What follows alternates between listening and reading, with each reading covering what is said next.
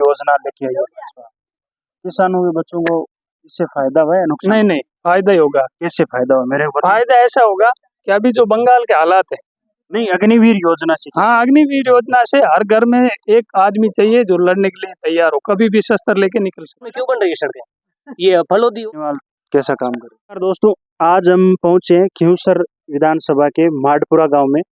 यहाँ जो उपचुनाव होने वाला है उनकी चर्चा को लेकर हम यहाँ के जो युवा है माडपुरा के उनसे जानकारी लेंगे। यहाँ पर क्या माहौल है, कौन यहाँ इस बार उपचुनाव में बाजी मारेगा, तो यहाँ से जो युवा है उनसे चर्चा करते हैं। नमस्कार भाई साहब। नमस्कार। क्या नाम है आपका? पुखराज गौड़। यहाँ जो उपचुनाव है उसमें आपको क्या लगता है कौन चुनाव जीतेगा? भारी तो थोड़ा हनुमान जी पड़ रहे हैं, लेकिन अब की बार बीजेपी वाले अच्छी कोशिश कर रहे हैं, चांस भी है बीजेपी का आने का। बीजेपी से कौन आ सकता है, किसको टिकट मिल सकता है? रेवंत राम जी डांगा ही है पहले तो, या जगदीश जी बिडिया सर है। जैसे जगदीश जी बिडियासरा या रेवंत राम जी डांगा के अलावा कि अगर ज्योति जी को टिकट दे दे तो? ज्योति जी को अच्छी बात है, लोग तरस खा कर देख सकते हैं। एक बार 3-4 बार हार गए कंटिन्यू। जैसे आप रेवंत राम जी को टिकट दे देते हैं तो रेवंत राम जी क्या काम करवा पाएंगे आप? रेवंत राम जी जमीन से जुड़े हुए आदमी हैं, पहले हनुमान जी के पास थे वो भी, लेकिन वो जमीन से जुड़े हुए किसान पुत्र है, लोगों की तकलीफ समझ सकते हैं।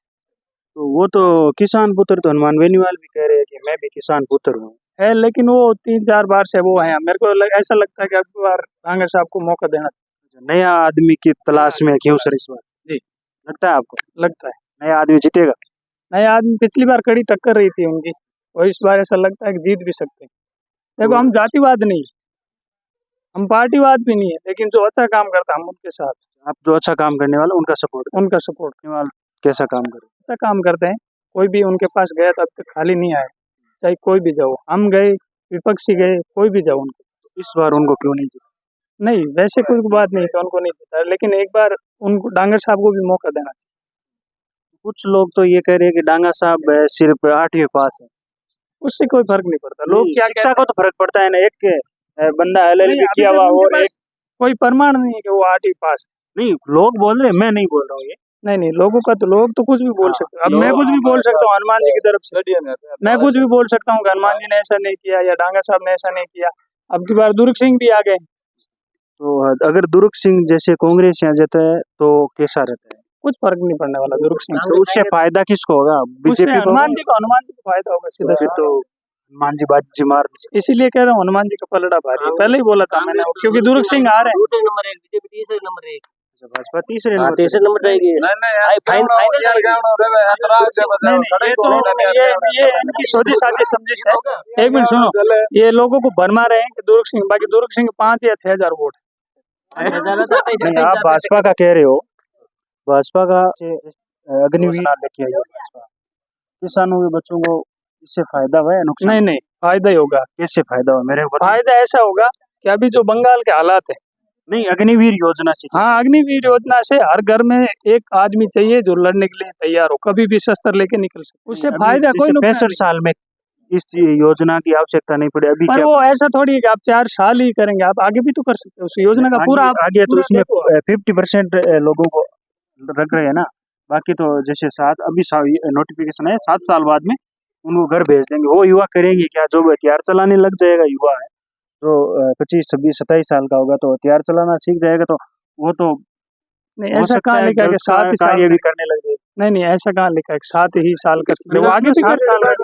50% 7 आगे कोई भी डिपार्टमेंट में जा सकता है, बच्चे की योग्यता के अनुसार वो कहीं भी जा सकता है। नहीं, योग्यता के हिसाब से तो जा सकता है। वो अग्निवीर योजना में पास होगा, कुछ तो उस बच्चे लायक होगा तभी तो वो पास होगा, और लायक बच्चे कभी गलत काम नहीं करते।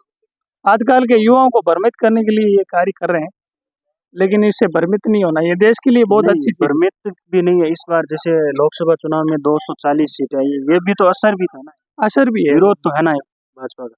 विरोध होने से कुछ नहीं होता। धीरे-धीरे भाजपा बहुत मजबूत सरकार है, कहीं ना कहीं। पहले तो हनुमान जी भी भाजपा में थे, हम लोग हनुमान जी का भी सपोर्ट करते थे, हनुमान जी का आज भी करते हैं। बीजेपी में चले जाए, कांग्रेस में चले जाए, कहीं भी चले जाए उससे क्या, हनुमान जी का पावर है, वो तो एक फोन पर पूरा काम होता है। काम तो आज भी होता है उनका। आज कुछ नहीं होगा। जैसे आपने ये बताया, जैसे पीछे 13 महीने किसानों का आंदोलन चला, कि जो किसानों के बिल लेकर आई सरकार, केंद्र सरकार, जिसे भाजपा सरकार आप समर्थक हो, तो उनको वापिस 13 महीने के बाद में लिया, तो ये भी तो एक कानून गलत देखो है, ऐसा तभी है, लिया या कैसे? ऐसा है हमारा खियूसर, हम खियूसर तक सीमित है। हाँ चलो, आगे आगे क्या होता है उससे हमें कोई लेना देना नहीं, लेकिन खियूसर में जो अच्छा काम करेगा हम उनके साथ हैं। वो नियम जो है, वो तो हनुमान जी किसानों हो, का फ्यूचर में है, वो ऐसे जो थोड़ी हनुमान बात जी हो, एक मिनट मेरी बात सुन, जो हनुमान जी हो या कोई भी हो, हम उनके साथ। जो किसान, चलो खियूसर की भी बात कर हम भी लेते हैं। किसान है, ऐसा थोड़ी है कि जैसे एक समुदाय अभी किसान है। केंद्र की स्कीम चलती है किसानों को लेके, आप किसान की बात करें, मैं किसान की बात कर लेता हूँ। किसानों की जैसे अभी बीमा वाला चलता है, यहाँ के जो किसान है उनको, जैसे आपके गांव के माडपुरा को कितना जो बीमा मिला है, फसल बीमा फसल बीमा, फसल फसल बीमा प्रधानमंत्री करवाते- फसल बीमा है, फसल बीमा पहले तो करवाते नहीं किसान लोग खुद। जो केसीसी करवा रखी है उनके ऑटोमेटिक होता है, ठीक है?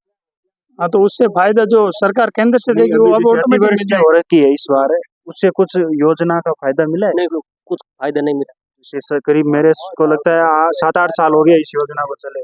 अभी तो नहीं मिला। मैंने बीमा का मुआवजा कटवाया फसल का, इंश्योरेंस 10,000 कटे, 300 रुपए एक आते हैं। मैं आपको स्टेटमेंट बता देता हूँ। इससे तो किसानों 2020 का 21 किसानों को तो नुकसान हो रहा है। किसानों को तो नुकसान ही हो रहा है। तो कहाँ आ रहा है? मेरे को ये बताओ ना कि इसके 10,000 रुपए लगे, उसके बिना में 80,000 रुपए आ रहे। मेरे को बताओ आप। नुकसान किसी का भी होता है, अभी तक बीजेपी नुकसान किसी का भी होता है। हम कोई पार्टी के विरोधी नहीं है। एक मिनट रुको, हम किसी की पार्टी के विरोधी नहीं है। यहाँ पे नहीं नहीं, एक मिनट मेरी बात सुनो।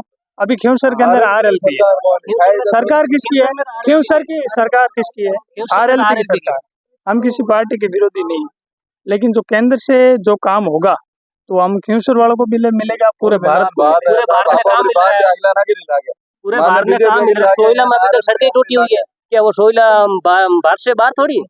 जोधपुर भारत से बाहर थोड़ी है, नागौर भारत से बाहर थोड़ी है। क्यों उसमें क्यों बन रही है सड़कें? ये फलोदी होश है उधर भारत में। और तहसीलों से ज्यादा काम होता है। नहीं, ये गलत बात है।